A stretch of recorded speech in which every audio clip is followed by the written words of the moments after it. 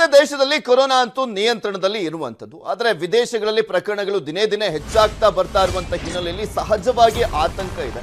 ಅದು ಹೆಚ್ಚಾಗದಂತೆ ದೇಶದಲ್ಲಿ ತಡೆಯುವಂತ ನಿಟ್ಟಿನಲ್ಲಿ ಸಾಕಷ್ಟು ಮುಂಜಾಗ್ರತಾ ಕ್ರಮಗಳನ್ನು ಕೈಗೊಳ್ಳಲಾಗಿದೆ. ರಾಜ್ಯದಲ್ಲೂ ಕೂಡ ಅಷ್ಟೇ. ಹೊಸ ವರ್ಷಾಚರಣೆಗೆ ಮಾರ್ಗಸೂಚಿ ಕುರಿತು ಇಂದು ಸಭೆ ನಡೆಯುತ್ತಾ ಅನ್ನುವಂತ ಪ್ರಶ್ನೆ ಹೊಂದಿರುವಂತದ್ದು. ಆರ್ ಅಶೋಕ್ ಕಂದಾಯ ಸಚಿವ, ಆರೋಗ್ಯ ಸಚಿವರಾಗಿರುವಂತಹ ಡಾಕ್ಟರ್ ಕೆ ಸುಧಾಕರ್ ಇವರಿಬ್ಬರ ನೇತೃತ್ವದಲ್ಲಿ ಸಭೆ ನಡೆಸುವಂತಹ ಸಾಧ್ಯತೆ ಇರುವಂತದ್ದು. ವಿದೇಶಗಳಲ್ಲಿ ಕೊರೋನಾ ಹೆಚ್ಚಾದಂತ ಹಿನ್ನೆಲೆಯಲ್ಲಿ ಮುಂಜಾಗ್ರತಾ ಕ್ರಮಗಳನ್ನ ಕೈಗೊಳ್ಳುವಂತ ನಿಟ್ಟಿನಲ್ಲಿ ಸಭೆಯನ್ನ ಮಾಡ್ತಾರೆ ಅಂತ ಹೇಳಲಾಗ್ತದೆ. ಸುವರ್ಣಸೌಧದಲ್ಲಿ ಇಂದಿನಿಂದ ಮಾಸ್ಕ್ ಅನ್ನ ಕಡ್ಡಾಯ ಮಾಡಲಾಗಿದೆ. ಯಾರೇ ಸುವರ್ಣಸೌಧಕ್ಕೆ ಹೋಗೋದಾದ್ರೂ ಕೂಡ ಮಾಸ್ಕ್ ಅನ್ನ ಹಾಕೊಂಡಿರಬೇಕು. ಆಸ್ಪತ್ರೆಗಳಲ್ಲಿ ಕೊರೋನಾ ಚಿಕಿತ್ಸೆಗೆ ಸಕಲ ಸಿದ್ಧತೆ ಮಾಡಿಕೊಳ್ಳಲಾಗಿದೆ.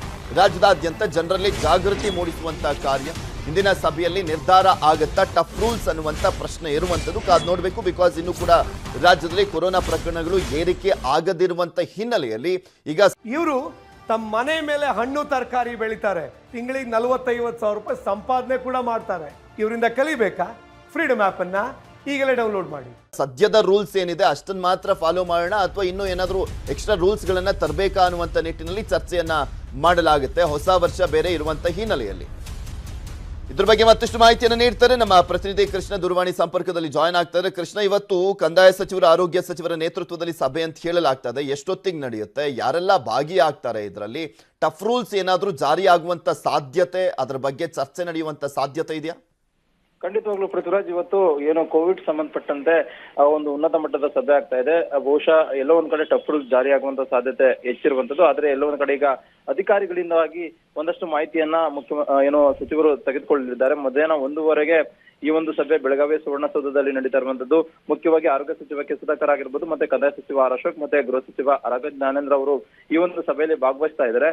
ಮುಖ್ಯವಾಗಿ ಈಗಾಗಲೇ ಸರ್ಕಾರದಿಂದ ಒಂದಷ್ಟು ಮಾರ್ಗಸೂಚಿಗಳನ್ನ ಹೊರಡಿಸಲಾಗಿದೆ. ಆ ಒಂದು ಮಾರ್ಗಸೂಚಿಯವನ್ನ ಸಮರ್ಪಕವಾಗಿ ಅನುಷ್ಠಾನವನ್ನ ಮಾಡಬೇಕು. ಅದನ್ನ ಕೆಲಸವನ್ನ ಅಧಿಕಾರಿಗಳು ಮಾಡಬೇಕಾಗುತ್ತೆ. ಹೀಗಾಗಿ ಸಂಬಂಧಪಟ್ಟಂತ ಪೊಲೀಸ್ ಅಧಿಕಾರಿಗಳಾಗಿರ್ಬೋದು, ಆರೋಗ್ಯ ಅಧಿಕಾರಿಗಳಾಗಿರ್ಬೋದು, ಮತ್ತೆ ಜಿಲ್ಲಾ ಮಟ್ಟದಲ್ಲಾಗಿರ್ಬೋದು, ಮತ್ತೆ ತಾಲೂಕು ಮಟ್ಟದಲ್ಲಿ ಅದನ್ನ ಅನುಷ್ಠಾನ ಮಾಡುವಂತ ನಿಟ್ಟಿನಲ್ಲಿ ಅದನ್ನ ಮಾರ್ಗಸೂಚಿಯನ್ನ ಜನರು ಕಡ್ಡಾಯವಾಗಿ ಪಾಲನೆ ಮಾಡುವಂತ ನಿಟ್ಟಿನಲ್ಲೂ ಕೂಡ ಮಹತ್ವದ ಸೂಚನೆಯನ್ನ ಸಚಿವರು ಕೊಟ್ಟಿದ್ದಾರೆ.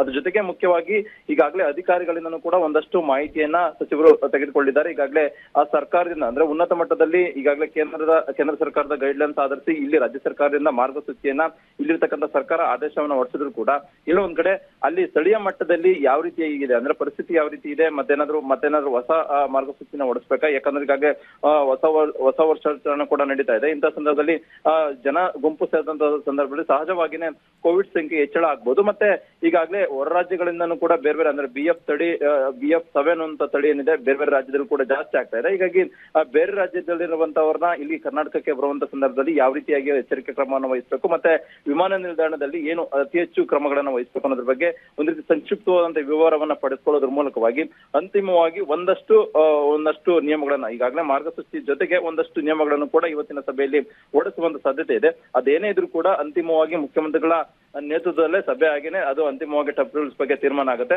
ಆದ್ರೆ ಸದ್ಯಕ್ಕಂತೂ ಇವತ್ತು ಏನು ಮಾರ್ಗಸೂಚಿಯನ್ನು ಸರ್ಕಾರದಿಂದ ಕೋವಿಡ್ ಸಂಬಂಧಪಟ್ಟಂತೆ ಹೊರಡಿಸಲಾಗಿದೆ ಅದನ್ನ ಸಮರ್ಪಕವಾಗಿ ಜನರು ಪಾಲನೆಯನ್ನ ಮಾಡಬೇಕು. ಈ ನಿಟ್ಟಿನಲ್ಲಿ ಈ ಸಂಬಂಧಪಟ್ಟಂತ ಸಚಿವರು ಸಂಬಂಧಪಟ್ಟಂತ ಅಧಿಕಾರಿಗಳಿಗೆ ಸೂಚನೆಯನ್ನ ಕೊಟ್ಟಿದ್ದಾರೆ.